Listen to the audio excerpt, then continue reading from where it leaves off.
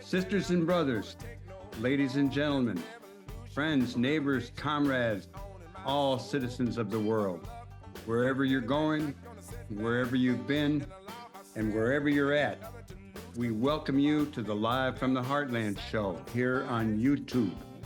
New episodes air every Friday at 9 a.m. Central Time with individual interviews posted throughout the following week. I'm your host, Michael James, encouraging you to take the chain from the brain to get back in the people's game, because it's time to move from the lower level to the higher, from the shallower to the deeper, from the one-sided to the many, and from the abstract to the concrete. So without further ado, let's get it on. Ladies and gentlemen, brothers and sisters, friends and neighbors, all you citizens of the world, welcome to another edition of the Live from the Heartland show. From Chicago, I'm Michael James, and today I am not going to do any opening banter. We've got one guest, a guy that's very deserving of all the attention he's going to get. He's been a guest on our show many times over, the one and only Rus Bradburd. And Rus Bradburd is a real Chicago hero in many ways. He came out of South Shore, went to Amundsen High School, then he went to North Park College. He was part of a championship basketball team. His great skill is dribbling. He became a recruiter and an evaluator of basketball talent, went on to become an assistant coach with the famed Haskins at UTEP and Henson at New Mexico State. And he is the founder of Basketball in the Barrio, and he is an author. And the reason that he is coming to town is he has a new book out called Big Time, and it's his first novel. His other books include Paddy on the Hardwood, which I had an honor of taking some photographs that got used. Rus was coaching professional basketball in Ireland. And I took my wife, Paige, on a honeymoon there. I said, do you want to go to Iowa or do you want to go to Ireland? She said, let's go to Ireland. Little did she know that we would be running around all of Ireland watching Rus and his team play basketball. Anyhow, Rus is coming to town to do a couple of readings for his new book. So we're going to talk about it. So with all that, blah, blah, blah, Rus, how about saying good morning to each other? Hi there. Hi, Mike. It's great to be back. There were some exaggerations in my bio there, which I won't quibble about. But I went to von Steuben High School. I apologize. I wouldn't want to offend the Amundsen people or the von Steuben people. But anyway, yes, it's great. It's great to be back. I still miss the pancakes and the great breakfast at the Heartland. It was my favorite restaurant in town. But it's good that we're keeping it alive this way. Yeah. The way I met Rus was, I don't even remember meeting you, Rus. I just remember that you wrote for the Heartland Journal. It was through Righteous Bob Rudnick. Who was the Minister of Culture or something for the White Panther Party and one of the first FM DJs. Yes, he suggested he was my brother's roommate, and he suggested, if you want to be a writer, you should look at the Heartland Journal, and maybe you could write something for them. And so that was how we originally met, was through Rudnick, who was sort of one of the real sort of cult legendary sort of guys. Bob Rudnick, he was something in the White Panther Party. Well, Rus, we're going to devote both segments of this show to you.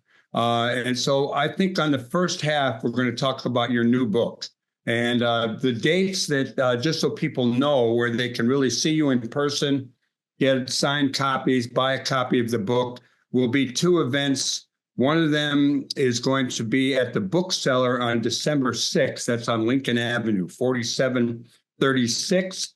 And then you're going to do an event at Seminary Co-op along with our friend Bill Ayers. That's at 5751 South Woodlawn, and that will be on Wednesday, the 11th. So you're coming to town. You got a new book. Let's talk about the book. This is your first novel. Give it to us, Rus. What do you got to tell us? Well, I as someone who coached in college basketball for 14 years, and then I was a professor on the academic side of things. I was a professor in the English department for 16 years. And so I saw this stark contrast between the way athletics is run and the way academics sort of function. And it was quite a shock to me to sort of see how paralyzed the academic side of the world is. And I just found it strange that especially at our big state universities, it's not happening at your Lake Forest College or my North Park College, but at the big state universities, at the University of Illinois and University of Wisconsin, the football coaches and the basketball coaches are making a ton of money. And now with the NIL, which in general I was in favor of, the name, image, and likeness, the players are getting paid, and in general I was in favor of that. But it's just that what it's caused is that sports is more important on campus than academia. And so what I wanted to sort of write a book that was a critique of that, but I felt like the best way to do it was through a novel and through humor. I've gotten, Mike, you might not agree with this, but I've gotten where, I listen to a little NPR every day and I read the New York Times every day. But I think that Stephen Colbert is actually a better news source than NPR. I think John Oliver is a better news source than the New York Times. I just think that through humor, particularly through fiction, I think you can get at things. In my view, the greatest book about the Great Depression ever written was The Grapes of Wrath, and it's a novel. It's not a true story. It's a novel. And I'd say the same. So I think fiction can get at things, and humor. Through humor, we can expose things that problems in the world can be exposed through humor. And so again, I find Stephen Colbert and Jon Stewart to be very valuable guys. Well, I like the idea of the humor. I've had a lot of laughs with you, but I didn't ever consider you the funniest guy on the planet. And I knew that this book was coming. You wrote it. It's been a while, and you were shopping it around. Your other books are very serious. The first one, Paddy on the Hardwood, is about your experience as a coach in Ireland and learning to play the fiddle with the great Paddy Jones. Then you did a book called 40 Minutes of Hell about Nolan Richardson, and that, the great coach out of Segundo Barrio in El Paso, who was at Arkansas. And then your next book was really a very serious book about death in basketball on the West Side, called All the Dreams We've Dreamed. Then all of a sudden you come up with this really funny book, and it is actually very funny. Yeah, the last book was about gun violence in the world of Chicago basketball. So this was quite a leap for me. But I think part of it is, as on the academic side of things, I was going to these faculty meetings, and just, I would come out of the faculty meetings wanting to beat my head against the wall. They seemed to be very sort of incestuous, and they were arguing about the smallest things. And what I see happening at American universities is that as football and basketball keep expanding, academics is shrinking, but everyone's afraid to stand up and say something about it. And so, for example, in Illinois, in your state, Mike, in my former state, in Illinois, a couple of years ago, the highest paid state employee was Lovie Smith. But he wasn't even the football coach anymore at Illinois. He'd been fired, but he was still the highest paid person in the state. And I think, it's taxpayers' dollars, and it's the focus and the emphasis is going toward sports. And I just felt like that had to be addressed, that it had to be brought up. But what I found on the academic side of things, so I'm lampooning the encroachment of football and basketball at our American universities, but I'm also lampooning the paralysis and sort of the impotence of the academics and the administrators, where this stuff is going on, but no one seems to. It never gets brought up at meetings. No one talks about it anymore. It's now an accepted part of life, and I think that your listeners will understand that as bad behavior and bad policy happens or happens over and over again, we get immune to it. And so without bringing up names, it just seems like, that there's outrageous behavior or bad decisions get sort of normalized with repetition. And now football and basketball have been the kings on our big school campuses for so long that no one talks about it anymore.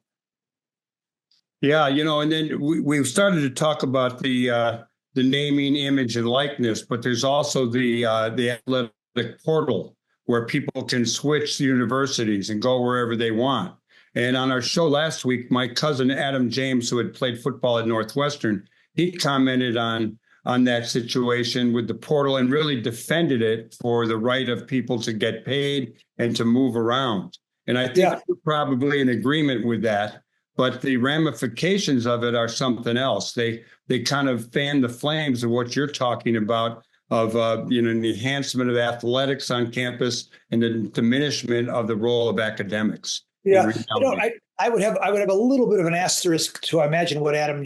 I missed that show, and I'll have to go back and look. But I would say, in general, if the coaches can switch schools left and right, maybe the players ought to be allowed to. But my idea is it's not good for the kids to switch schools every year. We have players on our team at New Mexico State we are their fourth university or fourth college anyway. And so I don't think that's healthy for kids. And I think the solution to that is right before I started coaching in the 1980s, they used to have a 4-year scholarship.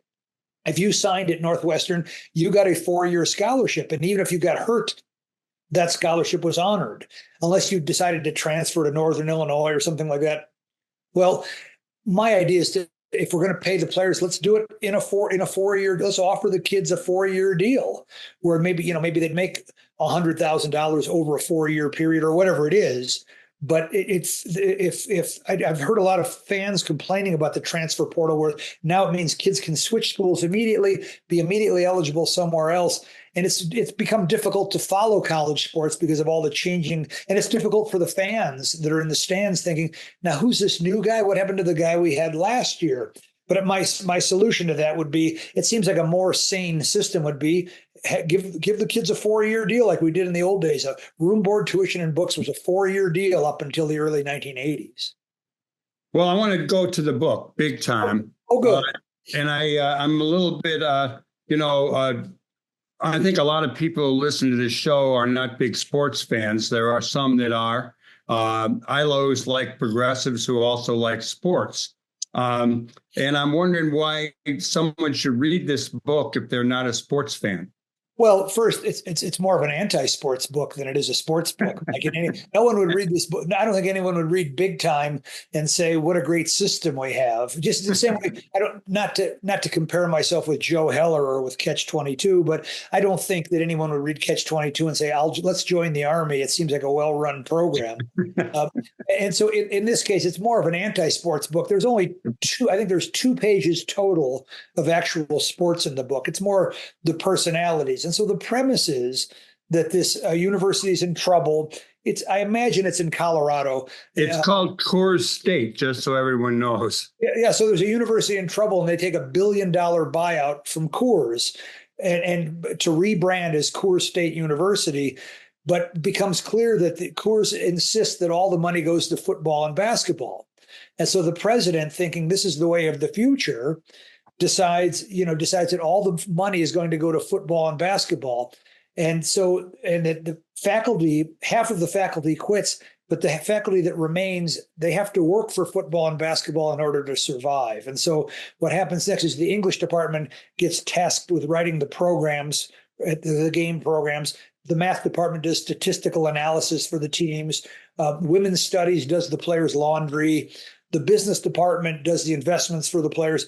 But these 2 old history professors that, like us, Michael James, loved the 1960s, they decide enough is enough. We're going to protest, and we're going to lead these campus protests to take our university back. And so that's sort of how the novel begins, is these 2 old history professors that are selling popcorn at the football game decide enough is enough. We're going to protest like they did in the 1960s.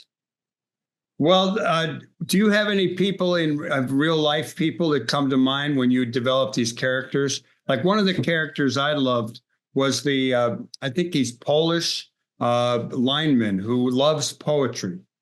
Where'd you come up with it?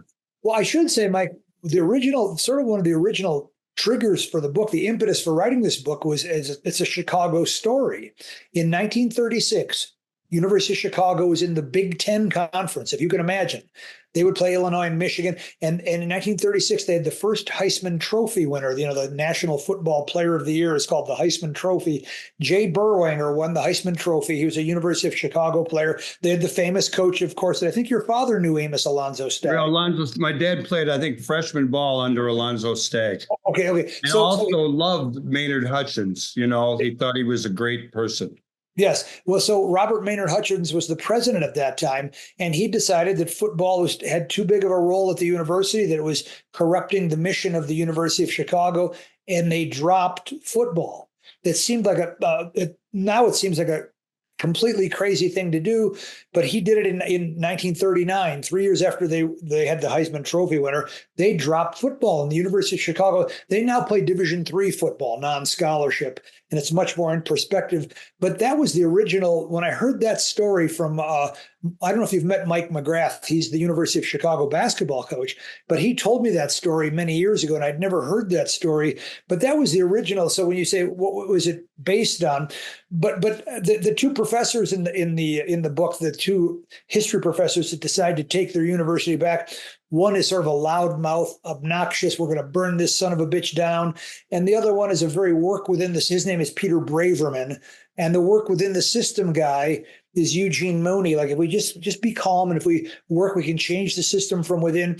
And I think they're sort of both based on me. There's times when I think we got to burn this thing down. And there's other times when I think, if we just be patient. And I think that's always, one of the things I think that the novel does, that Big Time does, it pokes fun at this phenomenon on the left where there's a split. Like, the Bernie Sanders people are angry at the Elizabeth Warren people, who are angry at the Joe Biden people. And then there's a split, and I'm not going to vote because they're. And so I think the left does a lot more of sort of this purity test where you have to be in lockstep in every, like, if you're in lockstep on everything, but you're hard line on immigration, there the left can, I think, can sometimes turn on you.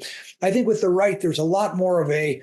Well, I remember a woman saying to me many years ago that I think she assumed I was a Republican, and she said, "We just have to." This is 8 years ago or whatever it was. We just have to hold our nose and vote for Donald Trump.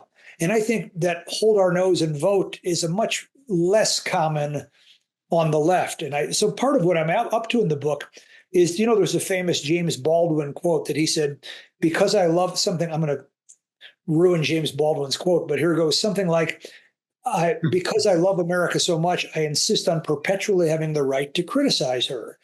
And I would say the same thing for me is, because I love the left and I love college sports, I insist on and I love teaching, and I love books, and I love universities. But because I love them, those three things so much, I insist on the right of making fun of them in this case. So I think in some ways, to me, there's an endless amount of comedy that comes out of Donald Trump, but I think to me, it seemed more working against the grain to make fun of the American left in some way. So I'm poking fun at the left and the way they fracture and the sort of the dreamy way they go about trying to change the world. And I'm one of them. Yeah, you are. And I just want to read the quote from Robert Maynard Hutchins, who was the president of the University of Chicago from 1929 to 1945. And actually, my dad would have been there, I think, in 29. And the quote is, "When I feel like exercising, I just lie down until the feeling goes away." And, well, and my last football game at Lake Forest in 1963 in the fall was against University of Chicago, who were bringing back football for Division III. It was still. I didn't know. That's when they brought it back. I didn't know that. Yeah, but Robert Maynard Hutchins must have had quite a sense of humor, and he was very young when he started off as the president at University of Chicago. And I imagine that he felt like, I'm not sure, but I'll bet he didn't think that he was going to be the only one to do it. I think my guess is he thought this would start sort of this avalanche of things change, but instead, of course, the avalanche has gone the other way. And I don't think the idea of a university renaming after a beer conglomerate is so far from our future. It won't shock me if a university in trouble. I think it's happened in Idaho. There was I think the College of Idaho is now Albertson College, and Albertsons is the big food conglomerate here west of the Mississippi. But yeah, I think that the University of Chicago was the model, but most of the other people in the book are just sort of like any book of fiction. There's part this person and part that person, but it's a conglomeration of people and incidents that have happened, and just me, making stuff up. Rus Bradburd, talk a little bit about the journey to get this published, because I know you worked on it a while. And then you've had a lot of people who've read it and have issued quotes and praise for the book. How about a little bit of the process to get it published, finally getting it published, and what people are saying about it? Well, I think, because, University of Colorado is in the headlines now for the way their football team has taken over the campus. And with prime time, they called Coach Deion Sanders prime time. And they say that he's completely underpaid. He's making $5 million a year, and they're going to give him a huge raise, I guess. But so the timing of it seems perfect for me, but I was in a bit of a hurry to get it out. I started writing it 12 years ago, and then I got distracted by the gun violence book. But it took me 8 or 9 years to finish this book. And your listeners who have read my books before, Michael, will attest that I'm not a great writer, but I have good ideas for books, I think. And I think this is a good idea for a book. One of my many faults as a writer is I send out my manuscript too soon. So if there's young writers listening or aspiring writers, like I'm still a young writer, although I'm 65, but if there's people listening, don't send your book out too soon. And I constantly do that. And so I think it was, but I'm happy to be with the Etruscan Press. Etruscan Press is a smaller press, and it took years to sort of find the right match for this book. Etruscan Press, you would be very interested in this, Mike. Their most recent book before mine was called American Mother. And it's the story of Diane Foley, whose son was beheaded on YouTube, if you remember that horrible incident. He was the journalist that had worked for the Washington Post at one time, I think, but he was beheaded on YouTube. And Diane Foley, in the book American Mother, which is from Etruscan Press, like my book, she goes to the maximum security prison to meet one of their son's killers. Can you imagine? So it's a really devastatingly powerful book. And then here comes my book, Big Time, which is funny, and it's an important issue, but it's not anywhere near as deadly serious as Diane. Diane Foley wrote it with Colin McCann, the great Irish writer. So finding Etruscan Press was it's hard to get a book published. And if you don't get published by one of the big New York companies, now you're sort of on your own. Agents don't want to mess around with, Etruscan. If there's not going to be a huge advance, the agents don't want to be involved. But I never gave up hope in that. I knew it was a good idea for a book. I knew it was a good story. I thought it was funny. I remember my wife, Connie, calling out from the other room at the time saying, "I can hear you laughing in there." I would be laughing as I was typing it. I did get a chuckle out of writing this book, and I do think it's a funny book. But yeah, so it's getting published is a struggle, as your daughter Casey could attest. Yeah. Well, we got a couple minutes left in the first segment here, and I wanted to bring up, there is one real person in the book that you refer to, and he's a friend of both yours and mine. It's Mark Rudd. You want to tell the readers real briefly how he figures in? Well, one of the professors that wants to lead the protests on campus is Peter Braverman. And he's this hardcore radical. We're going to burn this place down. And he's always bragging about his bona fides, that he was a real radical in Berkeley, and that he knew Mark Rudd, and he was very influenced by Mark Rudd. And that he's, smoked dope with Mark Rudd and that kind of thing. And Mark Rudd, of course, was a real life person who was in the SDS, the Students for a Democratic Society, and then helped found the Weather Underground with Bill Ayers, who's going to be at my event in Hyde Park on December 11th. But it turns out, I don't want to spoil it too much for the readers, but it turns out that Peter Braverman is making a lot of it up, and that he and Rudd were not really close, but he idolized Mark Rudd during his radical years and sort of leans on, he's sort of Braverman's a bit of a wannabe and a name dropper. So he's constantly dropping Mark Rudd's name, especially in the early parts of the novel. But I mentioned it. I think Rudd is, of course, was a national figure at one time and was leading campus protests, which are a big part. The campus protests are a big part of the novel Big Time, but they're also, by chance, they're a big issue on American college campuses today.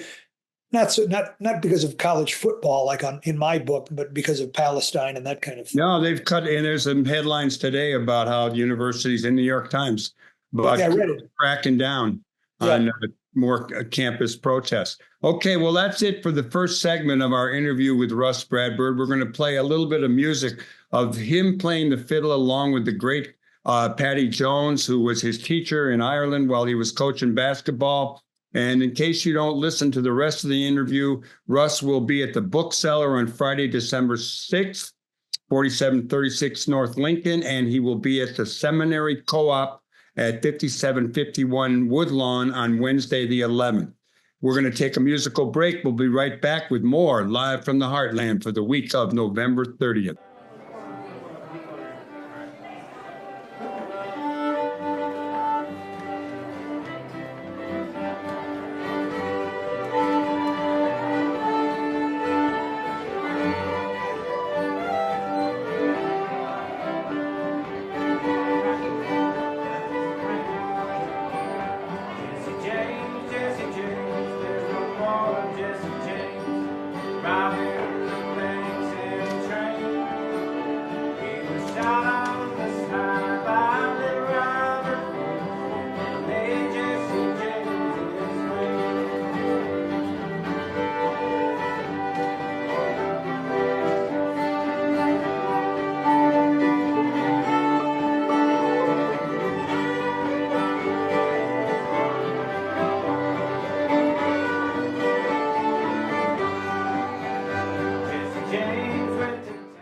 Welcome back, all you citizens of the world. It's live from the Heartland for the week of November 30th. I'm Michael James, and I'm continuing our interview with our good friend, longtime contributor to this show, Rus Bradburd. Just published his book, Big Time, which we talked about in the first half. He'll be in Chicago both on the 6th and the 11th of December, doing readings and signing the book. And now, for the rest of the show, let's start by give us a little rundown on your books, Rus. How about Paddy on the Hardwood? Well, yeah, my first book, which the Heartland Cafe had some great events for, it was Paddy on the Hardwood is a memoir about me learning the Irish fiddle while I was coaching my basketball team into last place in Ireland. And so while I was trying to learn the Irish tradition of fiddling, I was trying to teach the American tradition of basketball. And that, I don't know, we talked about how serious my books were before. That one's sort of whimsical. It's not a funny book exactly, but it's whimsical. And anyway, that was my first book. My second book was the biography of Nolan Richardson called 40 Minutes of Hell. And Nolan Richardson, he's still alive, but he was an extremely outspoken African-American coach that pointed out injustice whenever he saw it. But he grew up in El Paso as a Spanish speaker. And so he was speaking Spanish from the time he was 2 or 3 years old, went to the nearly all Mexican-American Bowie High School in El Paso and went on to win an NCAA championship and that kind of thing. So that book, 40 Minutes of Hell, is a look at Nolan Richardson's life, but also sort of the civil rights movement seen through Black American coaches.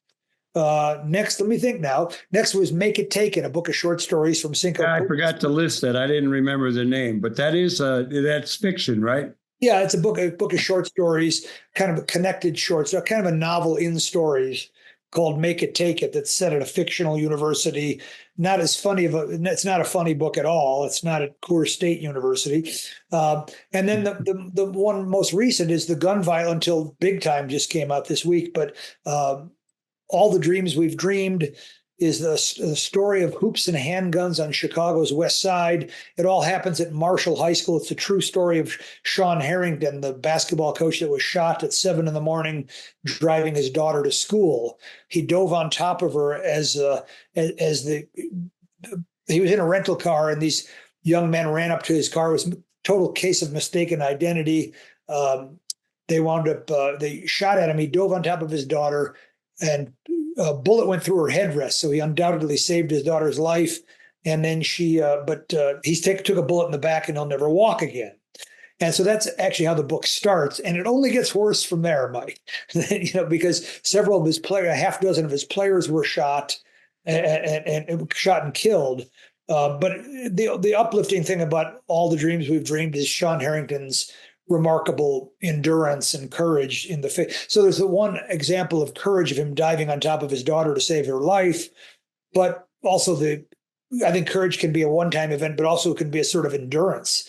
And Sean Harrington, as you know, you've met him several times, and some of your photos are in that book, I think, aren't they? Yeah, they are. Yeah, and thank you for letting me contribute my photos. Yes. But How about filling us a little bit in on the West Side and what's going on? Because after you wrote it, there were even more deaths, and at one point there was a belief that the gangbangers or whoever was doing the shooting were not going after basketball players, but that shifted. And what's the story behind that? Well, a number of things, and the book talks about it. And I'm no expert, and I know that, Mike, there's people who've spent, the people from Ceasefire and Chicago Cred and Stop the Violence and Cure Violence. These people have worked all their worked for years trying to stop the gun violence in Chicago. So I'm no expert, but it seems what I uncovered was there was a few factors. One is the Chicago Police Department went from 5 districts to 3, and so people were getting reassigned that didn't know the violent district that they were moving into.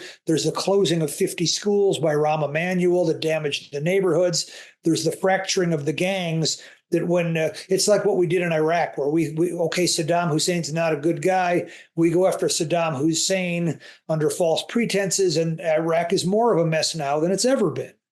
And I think the same has happened in the Chicago drug trade, where they went after the big boys and the gangs became fractured. And now instead of 3 or 4 main gangs, there's dozens and dozens of these gangs, and that and also there was an etiquette before. I don't know if etiquette's the right word, but there was an etiquette and a code of conduct before that certain people were off limits, and basketball players were at one time the people that were off limits. But now that has all greatly changed, of course, where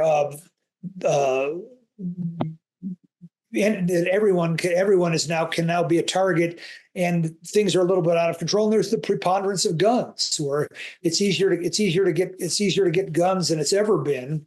Although people say, well, Chicago has strict gun laws, but if they're coming from Gary, Indiana, which is just right on the border anyway, it doesn't matter how strict Chicago's laws are. So it was sort of a confluence of events. I will say, Mike, that I sort of started, like a lot of people on the left, I sort of started off thinking, what bastards the cops were. But the book actually made me much more sympathetic to what these guys go through when they're 16-year-olds driving around on the West Side with pistols in their belts. What is it? What is it that how is it? I think being a policeman in Chicago is an incredibly difficult job. And so I became much more sympathetic. I became sympathetic to what everyone is going through. And while you've helped me to work hard on getting Sean Harrington back on his feet. Sean Harrington now, since the book came out, he now has his own apartment that's ADA, Americans with Disabilities Act. It's ADA accessible. But he had an army of supporters and friends, and he was a very well-loved guy. There's a lot of other victims of gun violence that do not have the support that Sean Harrington had. And so I think, we worked hard to help Sean Harrington, but now what are we going to do with the other, 40,000 gun violence survivors? I don't know. On the police, I've always been someone who, I've had certainly my opposition time to the police, but I also have a lot of respect for a number of police officers, and we do need a police force in society. So we have to keep up our efforts to improve it and make them accountable when need to be, and praise them when that's also necessary. Yeah, they were heroic in finding Sean shooters, and both of the guys who shot Sean, I think they got 52 years. I think they got a 57-year sentence, and they'll have to do 50 years, which is quite a sentence for someone not dying. But they were mostly heroic in helping Harrington, and they gave me great insights. The 2 or 3 police officers that I talked to at length, I was just very impressed with their compassion and how much they ache when they see kids shooting each other and that kind of thing. So I do think it's a difficult job, and I've gotten where I think they're an easy target to say, that. And I do think, like, I was delighted when Derek Chauvin went to jail for a long time, but they're not all Derek Chauvin by any means. Russ, I think we've covered all your books, not all the articles you've written for various people, but how about talking a little bit about your newest book, In the Works? Because I know you spend your time, you're kind of a lucky guy, you and your family, between Las Cruces, Chicago, and Ireland. And I know you've been over in Ireland a little bit in the last year working on a new book. How about filling us in on that? I know you were on the show once before and gave us a hint, but people probably don't remember that if they even heard it. Yeah. Well, the new book I'm working on is a nonfiction book that happens in Belfast. It's called Almost Like Belonging. And there's a phenomenon in Belfast now, Michael, where Northern Ireland has 4%. Northern Ireland, of course, is different than Ireland. It's on the same island, but it's part of the UK. And there was the terrible violence of the Catholics and Protestants shooting each other until the Good Friday Agreement went through in 1998. But since that time, Northern Ireland has 4% of the population of the United Kingdom, but they get 20% of the immigrants. So most people in Belfast that I know think that's a positive thing. They're getting an onslaught of immigrants, and these immigrants are in order to help their kids assimilate, the Syrian and Ukrainian and Sudanese immigrants are sticking their children into Gaelic football, Gaelic sports, which is an odd sort of rugby, soccer kind of. It's an odd sport. It's an odd and beautiful sport. It's a great game. But you look at these rosters of the teams, and there'll be, Kieran O'Reilly and Sean Kelly and Muhammad Akbar. How did that kid get on the team? And there's this strange phenomenon. Well, in our experience, I think I can speak for you on this, is that sports has always been a great equalizer and a great bridge. And it's always at the forefront of social change in America, particularly in terms of race. If you think of Jackie Robinson and Muhammad Ali, but even Billie Jean King and Megan Rapinoe and those kinds of things, it's often in terms of gender and race at the forefront of social change. Well, that's happening in Belfast now, too, where these children are assimilating through Gaelic football. So I went over there on a Fulbright fellowship in order to write about this. But the thing that I didn't know until I got there, I thought I sort of had a good grip on the story. But what I did not understand before I got there is that many of the people running these clubs or helping the immigrants are people that were either involved in the violence before or were badly damaged in what they call the Troubles, the Catholic Protestant feuds that were going on in Belfast for many years. And so what I have found is that, like, one of the main characters in the book, he's the president of a youth Gaelic football club, and he did a life sentence for murder.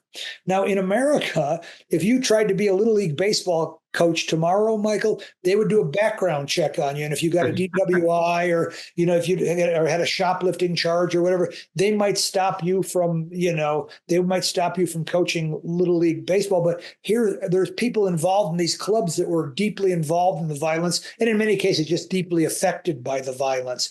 And so the theory behind the book, this Almost Like Belonging, that has not been published yet. So if there's any publishers listening, but it has not been published yet. But the theory behind the book is that through these individual stories, that people who have been through these tragedies and war are more empathetic to other people who have gone through these. So do you remember a couple of years ago, you know Alex Kotlowitz's books, I'm sure. A couple of years ago, he had a book called American Summer, a gun violence book. And it came out around the time my Sean Harrington book did, my book, All the Dreams We've Dreamed. I'll admit Kotlowitz's book is a much better book than mine. He's a terrific writer. But in his book, it was a model for what I'm working on now in Belfast. Is each chapter worked as sort of a separate magazine piece, in my view, that through telling a dozen stories, he was able to sort of weave this narrative, a greater overview of Chicago gun violence. It's called American Summer, and it's a tremendous book. It's not as famous as his There Are No Children Here, but it's a great book, American Summer. And he did sort of this collage and braided these stories together. So that's what I'm trying to do with this Belfast book. But I'm under the same, I still have the same problems, Michael, that I have with every book. Is I get very antsy about, I've got to send this thing out. And I had looked for an Irish publisher. There's only a half dozen publishers in Ireland because it's such a small country. And now I wonder if I should be looking for an American publisher, because it's a bigger story. It seems to me to be a story about how assimilation and how immigration can be a hugely important thing. And now with immigration and refugees being such a hot button topic, it seems that Belfast was the model for peace what's happening in Palestine, they're looking at Belfast now to think, how can we solve the violence the way they did in Belfast in 1998? Well, Belfast has also been a leader now in how sports can help children to assimilate. And so I do think that the great bridges from society to society are often sport or music, like it with the Irish music in Ireland, are also food. When I was a kid, I'm sure you're the same way, is what I knew about Korean people would fit into a thimble, but it's through that restaurant, that I start loving Korean food, or that I didn't know anything about Greece, but my father took us to Greek restaurants a couple of times a year. He got me very interested in. So I think through food and music and culture, they're all often these bridges to understanding. Russ, you bringing up Gaelic sports and Gaelic football. Who was the name of the guy, Kieran, who was on your basketball team when you did win the Irish championship? Yeah, I think you were in last place. Yeah, Kieran Donaghy. And would you believe, Mike, he's retired from football now, but at age 42, he's still playing basketball at the highest level. He's a really remarkable person. When I met him, he was working as a part-time plumber, and I think in a restaurant, and you were worried about him showing up at practice and being in the games as we went around Ireland for the championship. But now he became the preeminent guy in Gaelic football. Yeah, he was National Sportsman of the Year after our basketball book came out. He's a star in Gaelic football and basketball in Ireland. But interesting, Mike, it's funny. I'm glad you brought him up. I forgot about this. The book talks about this at the beginning of the book. The reason I got the idea for this book is he told me about a guy. He said, you got to write an article about Stephen O'Cumber on the County Kerry Gaelic football team. And I said, well, I don't know anything about Gaelic football. Why would I care about O'Cumber? And, in Ireland, every name seems like starts with an O apostrophe. There's O'Kelly and O'Donoghue. But it turned out O'Cumber he has an African father and a Moldovan mother. And he's playing Gaelic football at the highest level. And Donaghy thought this is an interesting phenomenon. Kids that are not Irish backgrounds are now starting to become Gaelic football players.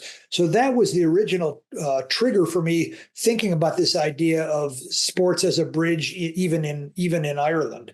It was through this Stephen O'Cumber, who's a dark-skinned Gaelic football star. He's been injured the last couple of years, but that idea of and so as I started looking into it, it turned out there's a town in Ireland where the entire Gaelic football club is made up of Polish kids, and it was the Polish kids keeping the Gaelic football alive. They were the immigrant children, and so I do think Belfast was a model for. It wasn't perfect, the Good Friday Agreement, but it's the model for the free world.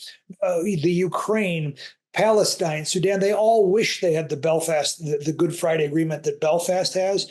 And I think in another way, Belfast is sort of this model for moving forward. So after this dark book about gun violence in Chicago, and now we've got the satire big time, then I'm hoping that this next one, and I don't know, Mike, I thought I would have no trouble publishing it, but it's always a struggle to get published.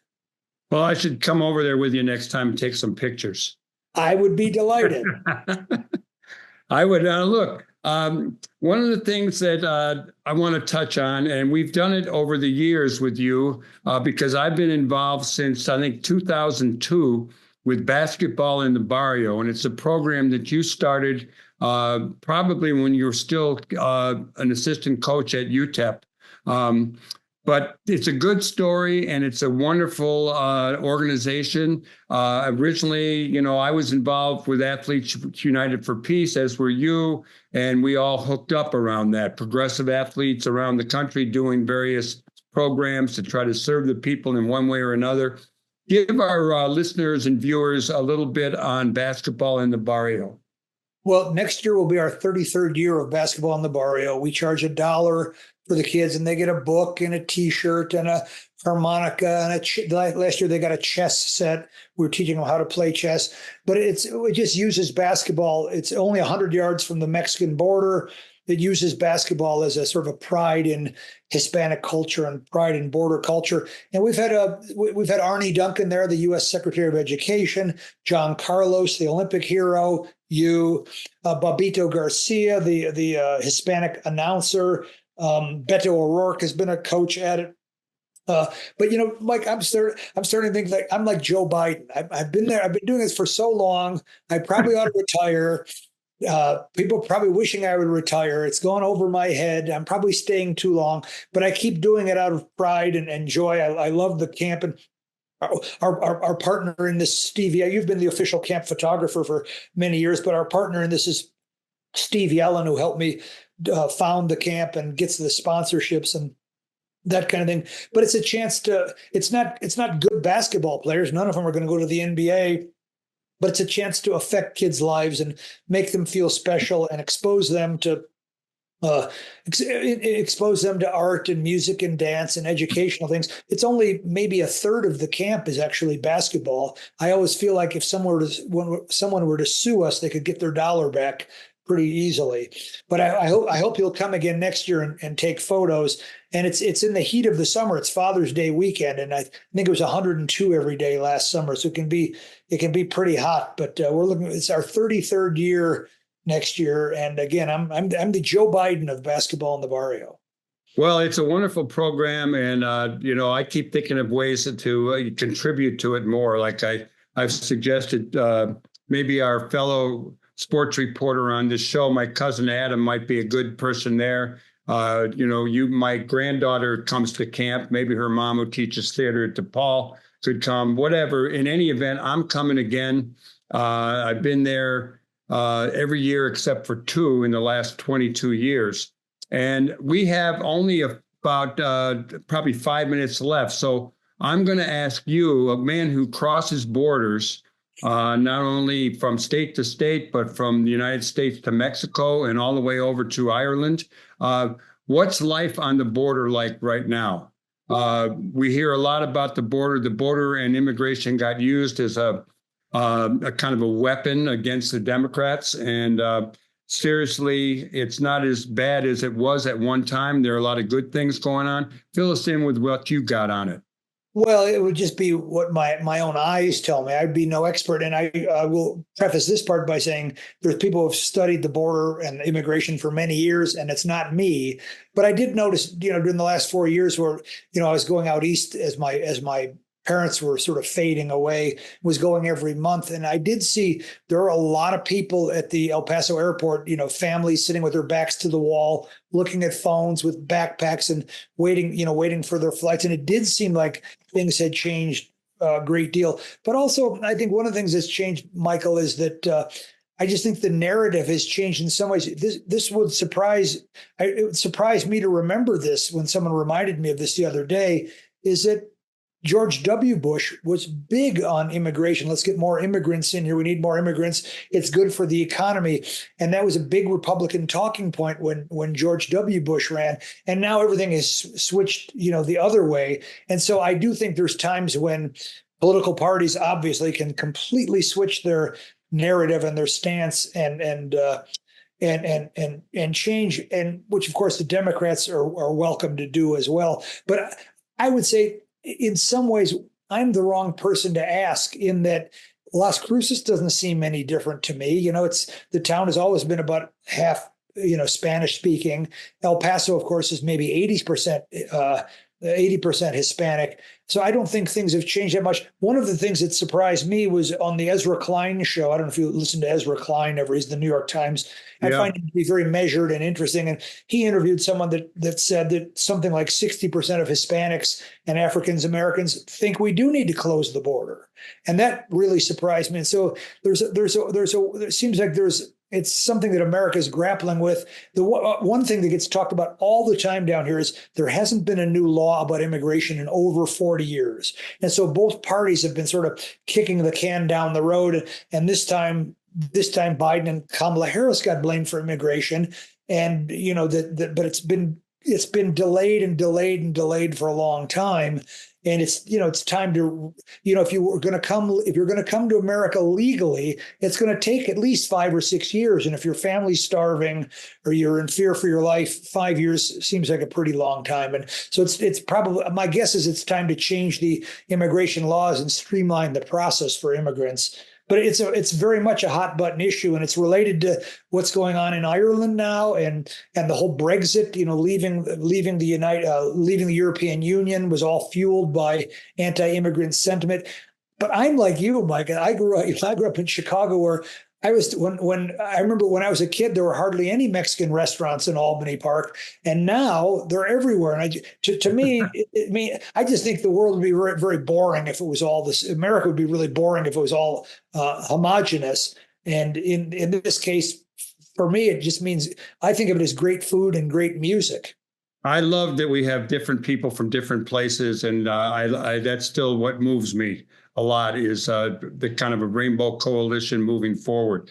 Russ, I want to thank you for coming on. It's been great. People, just to, so you know, Russ will be in town on Friday, the 6th of December at the, what's it called? The Cellar.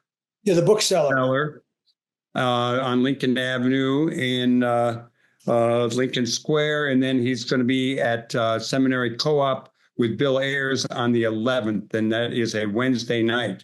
I want to also mention that my book, my most recent book, Rising Up Angry, has been reprinted by Charles Kerr Press. And we also put out a Rising Up Angry t-shirt to go with it.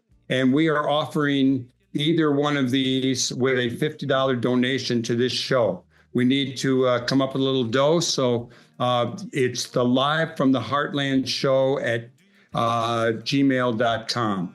Live from the Heartland show, gmail.com. If you want to be in touch and contribute. Russ, it was great talking to you. I'll probably see you in a few days. And I'm planning to come to El Paso in June. I'm delighted. And Mike, congrats on Rising Up Angry getting reissued. I love that book. I think it's an important book. So I would say if your listeners can afford 2 books, they can get Big Time and Rising Up Angry. But if you can only afford one, you might as well get Rising Up Angry. It's much more. We're all in this together, and we be talking. All right, everybody. I want to thank everybody who made this show possible, particularly Rus Bradburd, our guest today. I want to thank Hal James, our engineer. I want to thank our producers, Lynn Orman, Katie Hogan, and Tom Clark. We'll be back next week with more Live from the Heartland. And you can get us anytime at youtube.com/Heartland Media. We're also on Lumpen Radio, on WLUW, and CAN TV. Okay, everybody, together we do good in the world, because if we all do good in the world will be a better place. All power to the people.